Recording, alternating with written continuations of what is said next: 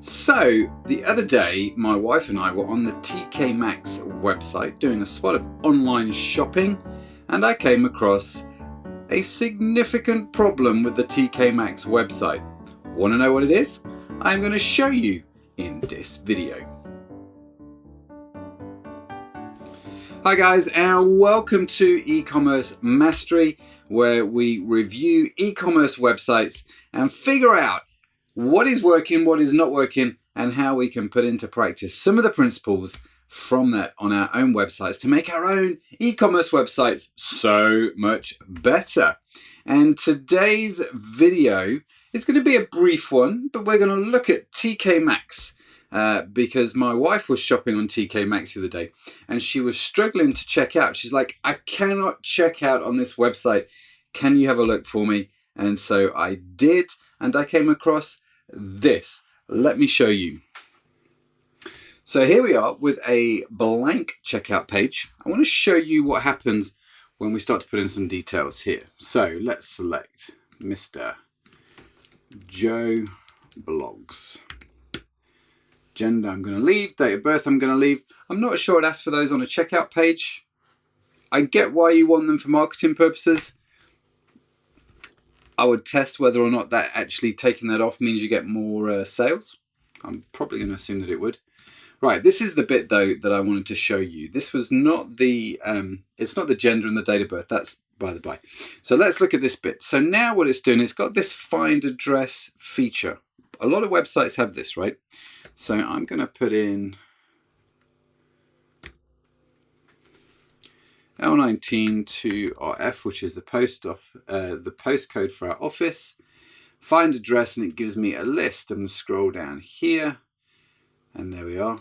Jersey Trading Limited, also known as the Jersey Company. So that's my business, right? So we have everything shipped to our office because there's always somebody there.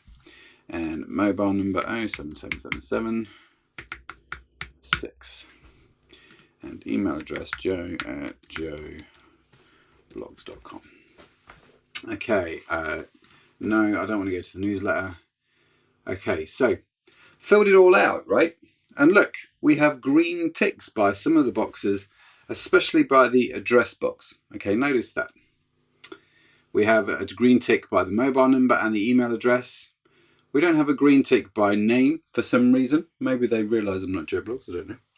Okay, so let's click the agree and continue.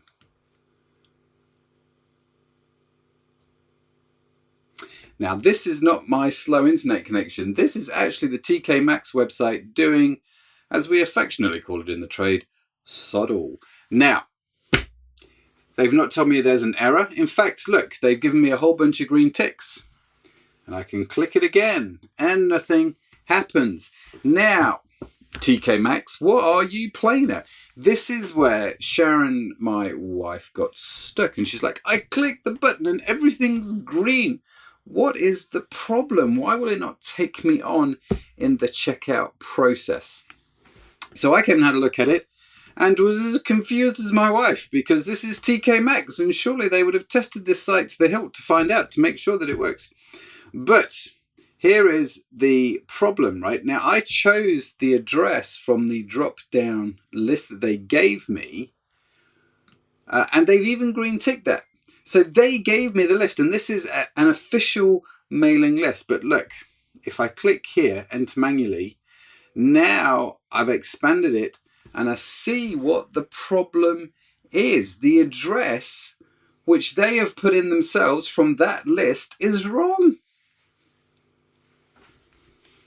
So look, what I have to do is take that out and put in a county. And lo and behold, everything is now fine. If I click and agree and continue, it's doing something and it takes me to the next page of the checkout process. Now, really, that makes absolutely no sense to me whatsoever. So they automatically chose the address from the Royal Mail. I'm assuming they use the same service that everybody else uses, where it pre-populates addresses and it contains errors. They don't expand to tell me what those errors are. I just sit there going around in circles. Why can't I press this button? It was only when I clicked that link did I then begin to understand what the problem is. So this is a fundamental issue, right, that TK Maxx has got on its website that they've not come across, or they've not tested for, or they've not developed for.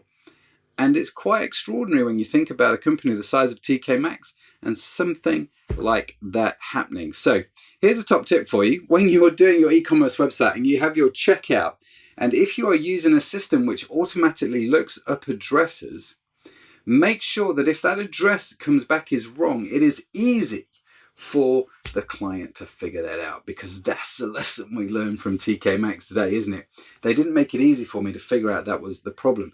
Now, here's another story, right? My wife has tried to buy some clothes on several websites, and she presses the button and nothing happens. Now, a lot of these clothing stores use the same e-commerce backend, right? And so I now understand what the problem is.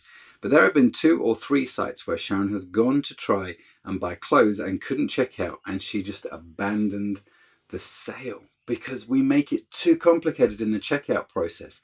So when there's an error, when you definitely need a form to be filled in, then just double check the errors. Now, the error that was actually coming up on that page was in fact a comma.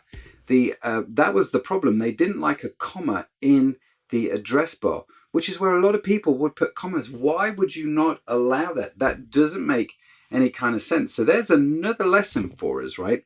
When you are checking things and doing your testing and you're putting restrictions on fields saying, no, this is the kind of data that I want, which is great. So you want to validate the data. But man alive, use your brain, use your noggins. TK Maxx, come on. What is going on? Anyway, thought I would show you that website real quick. So make sure you go and check your own websites if you use these auto address lookups, and see how it displays errors when they're not displaying right, and see how you're restricting characters for boxes that don't really need restricting from certain types of characters like commas in address bars. So I hope you got a lot out of this. Make sure you hit the subscribe link and subscribe to all the videos that we do, as we talk a lot about e-commerce and how to make your e-commerce businesses better. It's been great to see you. Any questions, leave them in the comments below and we'll try our best to answer. See you in the next video.